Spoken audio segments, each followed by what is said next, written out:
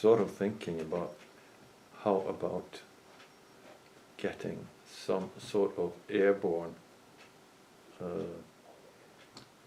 delivery of messages to fly over, for example, all over Russia, dropping letters, so that the Russian population on the front lines, kind of thing, on the troops, can actually see what's happening, not what they are given in the state-controlled media, because that is wrong. Sure, they don't know the effect they're having. No. They're told that Ukrainians are all fascist, gay Nazis, and all that sort of stuff. Sure.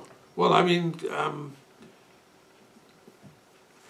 the question would arise how to do that without the plane being shot down. Exactly. If you can work on the technical side of that. Fireproof messages. That's where Hephaestus comes in. He can invent some gadget. Yeah. I mean, presumably if you go up high enough, then you could drop it in some sort of balloon thing that then releases them all. Can't be beyond human ingenuity. Maybe in aluminium foils, because then the radio, the homing signals will be totally confused and not get them. Oh, is that what happens? Mm-hmm. If you put them in aluminium envelopes, then... Well, aluminium strands of aluminium that flies loose in the air, it totally confuses the signals. I've thought of another idea whilst you're talking. How about this? Because everyone's interested in the UFO thing, so how about designing craft that look like UFOs, blinking lights and all that? Should be some of and then drop them from those, because they wouldn't shoot those down. They'd say, "Oh, look, it's a UFO." Should be and some. Then you get a message, as it were, coming from the Alien Space Command. Put your weapon down, lads. We're here. Maybe the sites of UFO are these people. Sorry? Maybe the sites of UFO are these people who are trying to do something. But well, they do say that. I mean, I've read in the literature of UFO sightings, they often appear in times of crisis and they'll hover over military bases and when there's risk of nuclear war and stuff. I mean, I think they are, on the whole, most of them are good and trying to stop us self-destructing as a planet. So I'm sure maybe they could get involved with dropping some leaflets on the front lines. Let's see. Watch this space. See if they probably listen to my talks. I hope might get the idea. Well, nothing else is working, so why not that? Yes. Good thinking. Okay. Any final comments before we finish? It's been a fun meeting. Let me. Can you pass that little green book? I want to end with a poem, just not to forget the arts. Because there we are. Because I am a poet as well, and as the coordinator of the International Delphic Academy, we have a meeting coming up. I think I ought to share some poetry.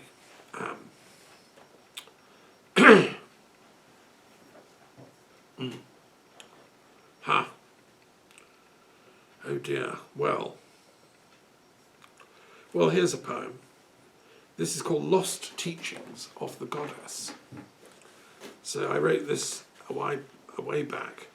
I've been to Greece many times, and I've sat in Troy, and I've sat where Homer sat, and what I love about the ancient Greek poets is they honoured the goddess, Aphrodite and Hera and all the rest, and they weave them into the poems. And I've tried to do that in my work as a poet. And this sort of has some bearing on what we were talking about, I think. It's called Lost Teachings of the Goddess. You, with your petalled smile and your nonchalant wink, how should we respond to such beauty, except with the awe that love falls into? And the heart becomes a waterfall, becomes an interior waterfall of cascading remembrances. And you remember who you were before you were who you are. And it's something fluid and free, weightless, lighter than a balloon, yet heavier than the whole earth, on the tip of your tongue, yet unsayable. I recognize you, goddess. You are she that will still be standing there at my death. Only I won't see you clearly as I leave the body into light. You are she who was standing as I was delivered into life.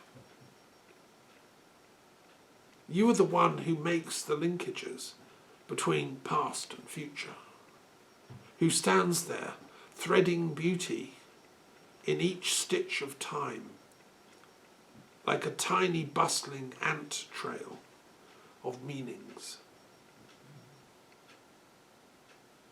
You are she who makes clear the meanings to the inner eye, beyond expression, where no normal speech can journey, save in love and soaring sun rising, numinous.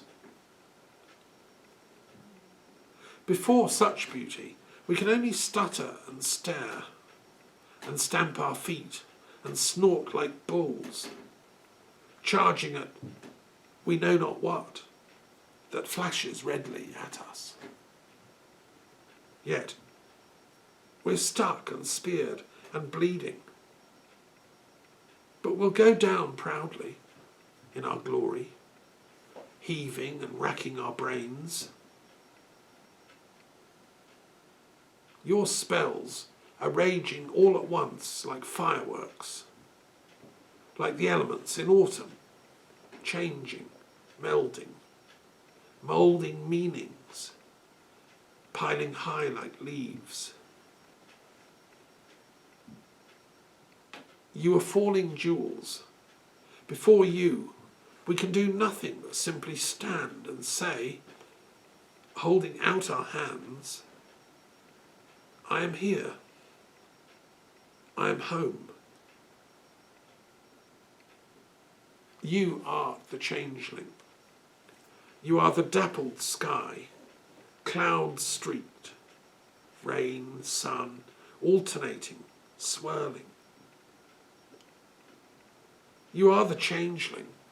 You are the glorious autumnal evening, bathing the oak green leaves with golden sun. You are the brilliant skies, cries, and the wings that explore them, poised on the cliff edge, hovering, sunset bound. Only this one thing, tell me. Why, goddess, do you demand such a heavy sacrifice? If you are such gossamer, gorgeous, sweet succor, why do you birth such fierce death? If you know, point skyward, point at anything that explains. Point into the bowels of the earth if you've been captured, for your loss dooms us to darkness. Explain what will come after the light. Teach us the sweetness within the bitter blade of darkness. Teach us how your myriad lights are bursting in the sky like dots to come back through.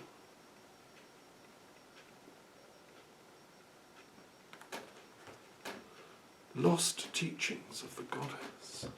And if anyone wants to send me a message finishing the poem, feel free. Okay, we'll stop there. Thank you very much for coming. Can you switch it off? Just Just click the same. yeah, click it off.